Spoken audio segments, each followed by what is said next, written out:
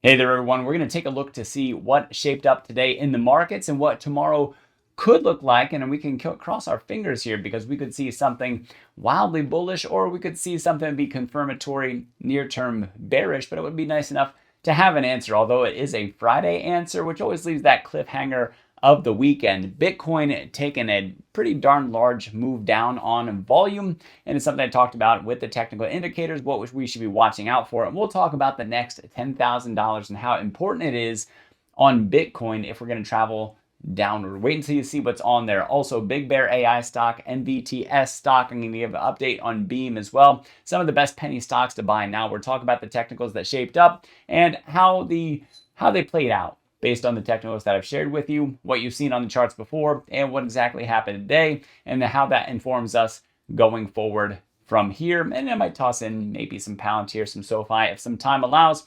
By the way, I didn't have much time in the markets today because of some professional development. So if I look different, it's because I'm professionally developed now. And just in case a little noisy, it is raining meows and woofs outside. So hopefully that's not too distracting in this video. I'll try to keep the noise to a minimum. Let's jump into the charts. So here for SPY, there we go. Bless you, Benjamin. My cat's starting to sneeze.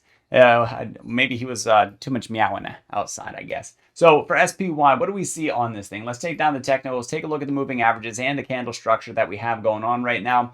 Also take a look at volume. Volume wasn't so bad. Green candle or green volume because we had a little bit of a green candle. A candle like this one could be a very bullish thing. I said watch out for support at the 13 EMA. That's exactly what we got.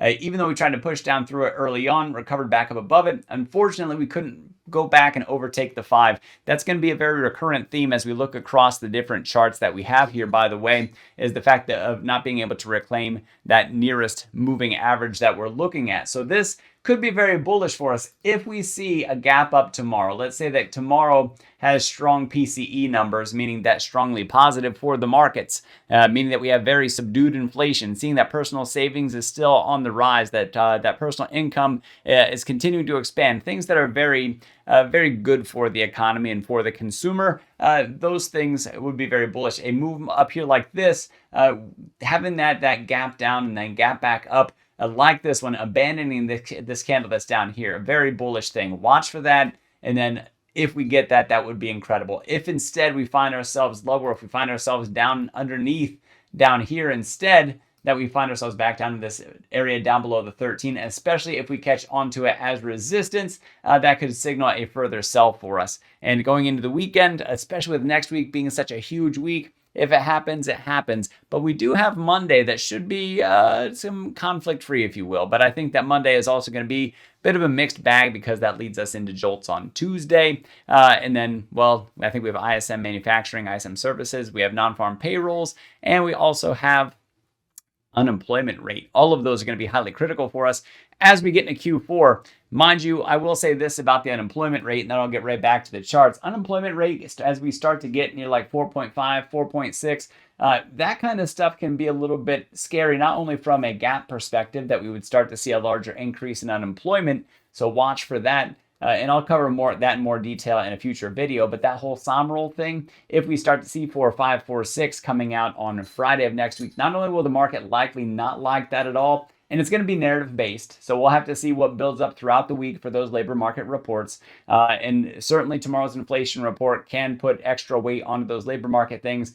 And once again, that's a different video. I'll talk about it. But that 4.5, 4.6 starts to bring the SOM roll back into question because as we get into those mid 4s, especially as leaning onto the higher side of the mid 4s, that can start to bring back the talk of triggering the SOM roll, which right now you're probably not hearing many people talk about, but I looked this up. I cranked out the numbers on it. What would it look like for end of year 2025 in order to trigger the SOM roll? And that's about where it's at. I think it was around 4.6-ish if we had that October, November, December. And so we want to watch for that because that's going to bring the narrative back around, assuming that the other reports that we get are fairly similar. But just that'd be something to put a little bit extra fear in the markets and could make for an ugly October. Hopefully we don't get that. Hopefully instead we get reports that come out and they tell us that things aren't changing too much too quickly, and so the market's still okay, traveling upward from where it's at right now. So let me put this back up here. I'll talk more about that kind of stuff in a future video. For now, just what's coming up on the horizon, near term for tomorrow, we'll say. So a very near horizon instead of a very distant one for us where there's any amount of speculation that can happen. So let's bring up Qs because you see very much the same thing, that we saw that push down below the 13 after opening above it. And then we closed up above it as well. Couldn't overtake the 5. I said that'd be a recurring theme throughout the different charts that we see with those near moving averages.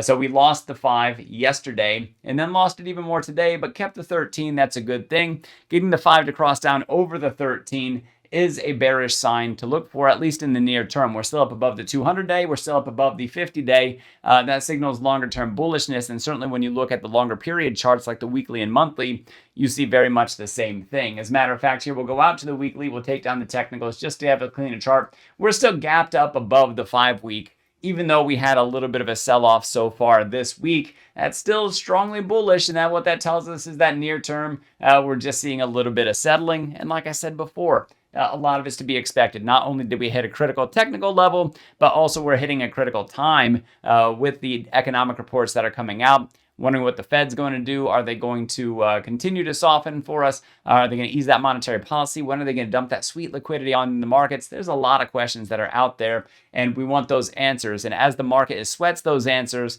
we'll see some settling that goes along with it. If we go out to a monthly basis for this, what do we find ourselves at? We are not gapped up above the 5, but we are well above the 5 still with a little tiny wick to the north here. It's nothing like what we saw if we go back here to, I think it was February. There we go.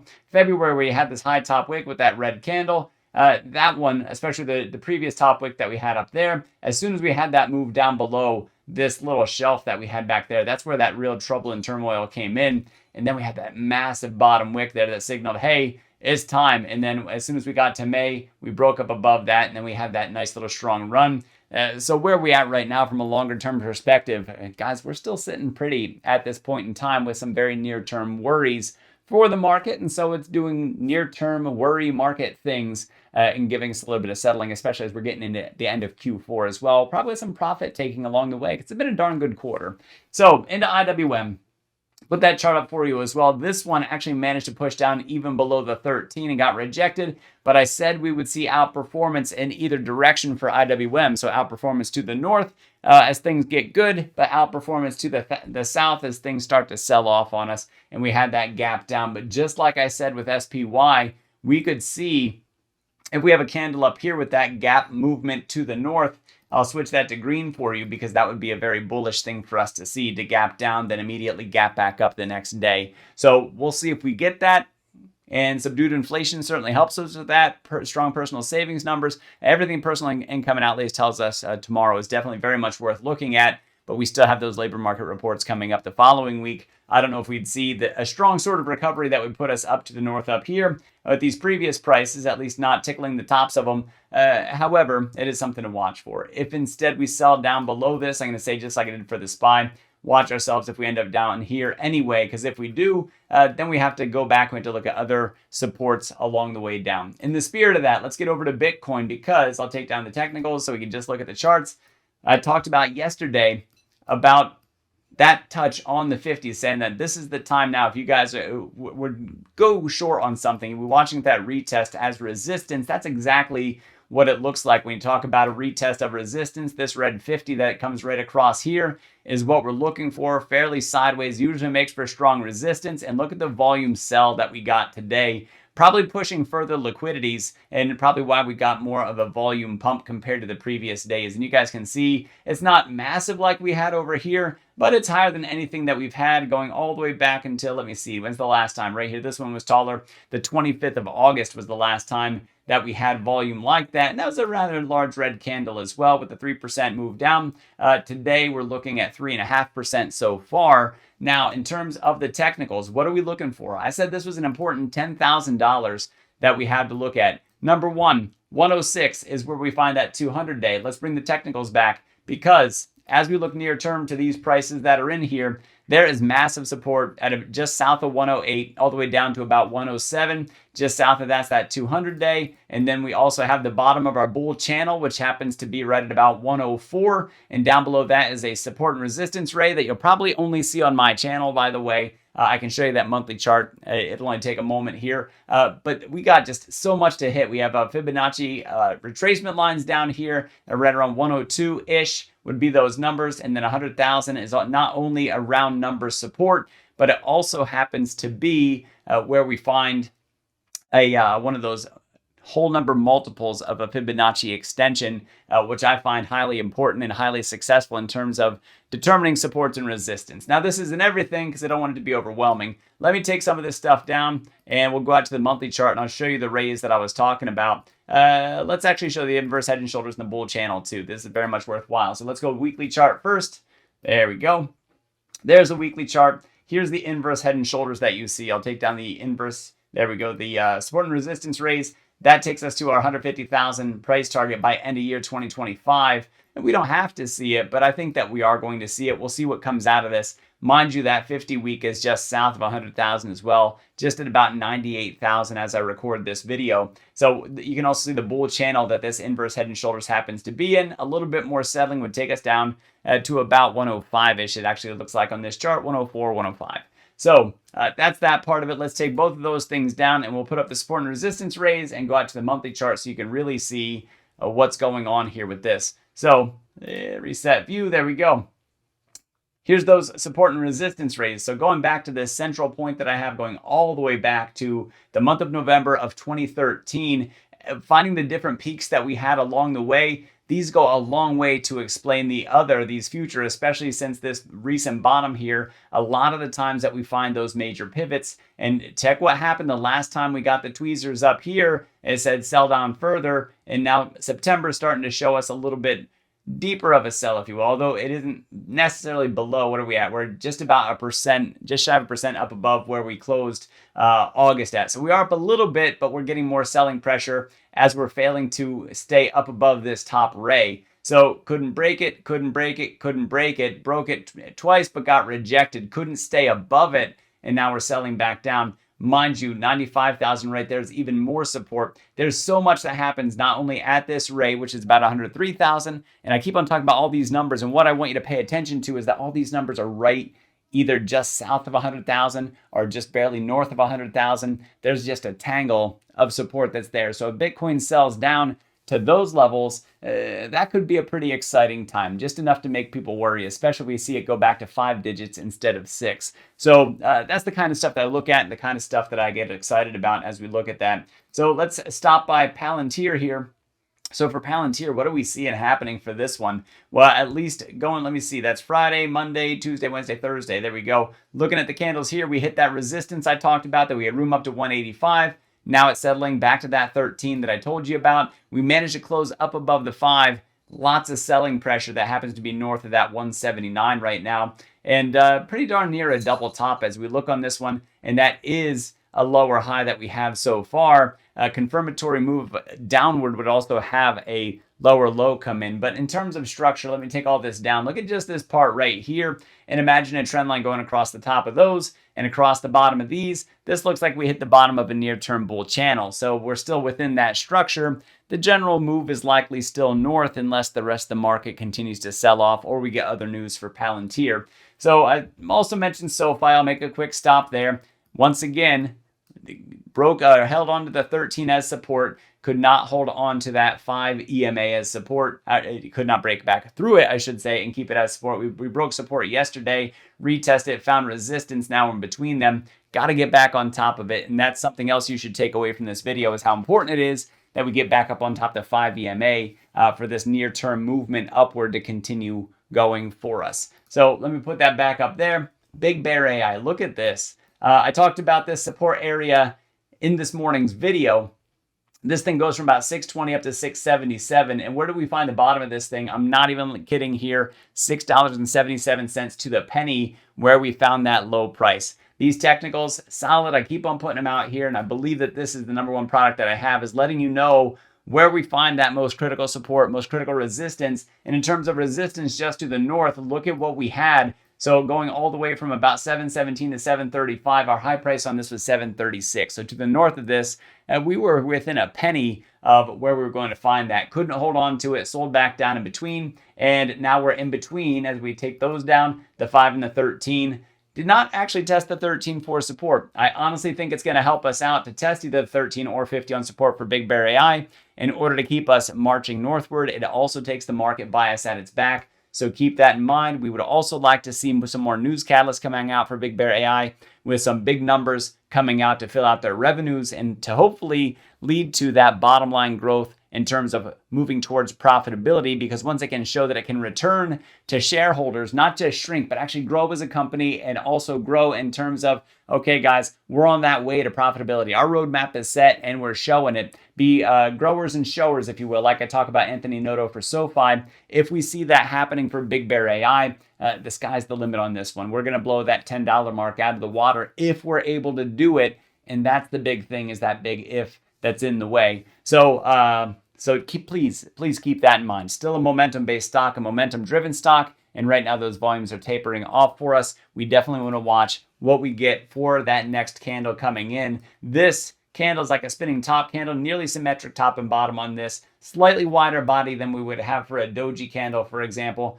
To the north up here, this would be a bullish thing. Gapping up after a gap down, be wildly bullish. And down here, especially if we drop down below this, we have a ton of support there. And so breaking through that support would be very critical, because that also means significant resistance for us as well. And this is actually a fairly tight resistance in the near term for us as well. We want to watch for that. We want to sit back on top of $7.35 if we're going to see a further move to the north.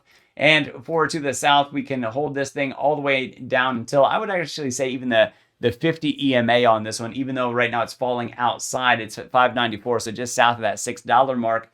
Could be that reset that we're looking for, because this thing nearly doubled in price from its bottom. It bottomed out going back to $4.65 and pumped all the way up. Doubling it would be $9.30. So yeah, we didn't quite get there, but we went from 4 something to 8 something. I would say that that's pretty darn good. So Big Bear AI, still in bullish territory for this one. Lots of indecision, but it's not particular to Big Bear AI today. The market itself is in an indecisive mode, which is why I've stayed in a big way away from a lot of the calls and puts going along in those, which means buying to open them and then selling them off to close them, which, by the way, Options Workshop, I'll let you know when my next one's happening. They usually happen on Saturdays. I'll announce it. It is the next level workshop that we're looking for. More details to come. But in any case, the indecisions all throughout the market, I didn't really want to take those options plays. There's things that you can do for volatility plays, and there's even things that you can do if you think that the market's going to be stuck trading in a range as well. With options, it opens up just a world of different strategies to you with straddles and strangles and spreads. You name it, there's a whole ton that's out there. And also, I guess we also have condors and butterflies. Man, it starts to get into the animal kingdom. Who knew that? So we'll put that back up there.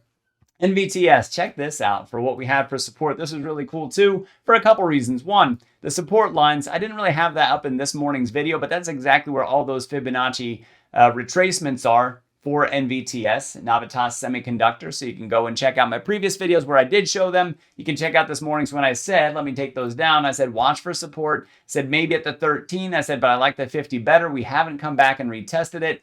This could be a very good thing. If the market recovers wildly from here, Navitas Semiconductor can also take that resetting moment to push higher north.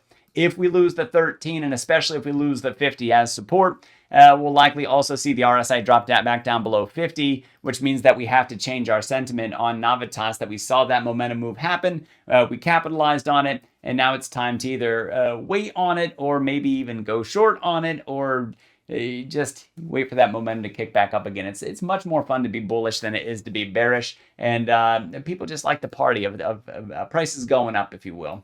Beam, update on this one. Look at the bears taking control on this thing. I'll put up some of these lines because I really want to draw some trend lines on here for you. Not very specific ones, just to see right here that the bears are gaining ground. What are the bulls doing during this time? They are working to hold the ground. Guys, what this is called, right in here, this little triangle formation that you see, this is a descending triangle. This is the bears gaining ground, the bulls struggling to hold the ground, which means that as that line gets lost, that could push us further down from here.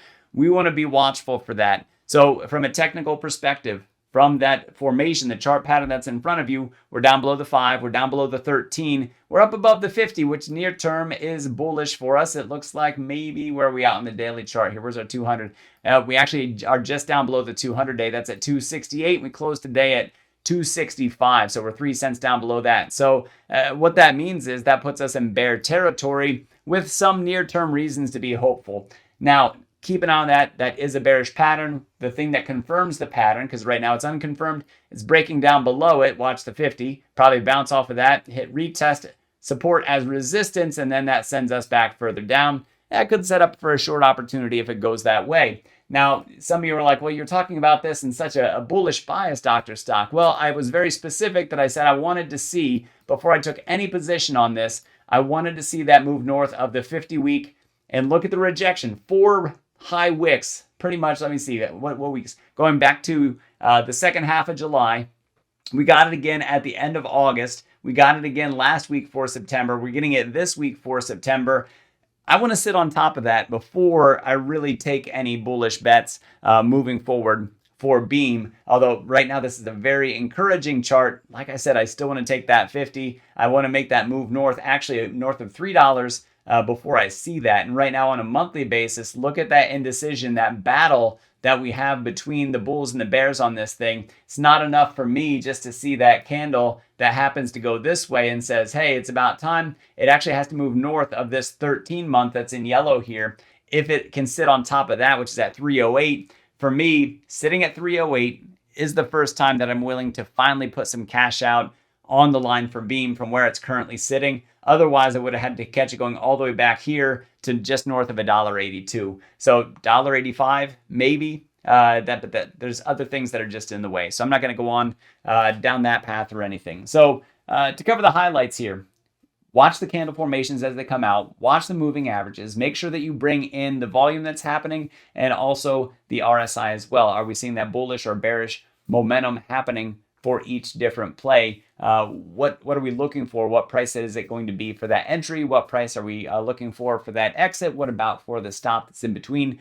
Those are ones we can talk about as the trades become active. I can share more of those thoughts with you. So that's one of the main takeaways from this. Also, I can't say it enough that what we get starting with tomorrow's data all the way through next week, think of it as a narrative to be built by the market rather than any one result determining how the market's going to move following each one. So I'll give my interpretations as that develops. So it'll be a very early one tomorrow, at least in the afternoon, as we see what shapes up from personal income and outlays and talk about how that impacts what we're looking for in terms of the labor market reports that come out in the following week. We want that jobs data to come back. And like I said, no big changes is a bullish thing in my opinion. If we get big changes, then they got to be positive for the markets. And if they're not in their big changes, then they're negative for the market. So strongly deviating from what's expected is going to be the thing that moves the markets. Which way is going to be determined by, is it strongly positive for the markets or strongly negative for the markets? And I can be more specific as we get there. Guys, this video is getting kind of long. Thank you very much for watching this. I do appreciate this. I'll see you over in the Discord. Links in the description. Code word doctor when you sign up. It's going to save you 50% off your first month. And also, if you want to do technicals like I do that you see here, learn how to trade using those technicals, learn more about options. There's some coursework through Stockmo Academy. You can use that link down in the description as well. Code word doctor also will save you $400 for either one of those courses. If you bundle the courses together, you even get a bundle discount on top of it, making an even deeper value. So guys, go ahead and check that out. Otherwise, thanks for watching. I am Dr. Stock, Doctor of Education. Remember, my friends, that learning is earning, and we'll see you in the next video.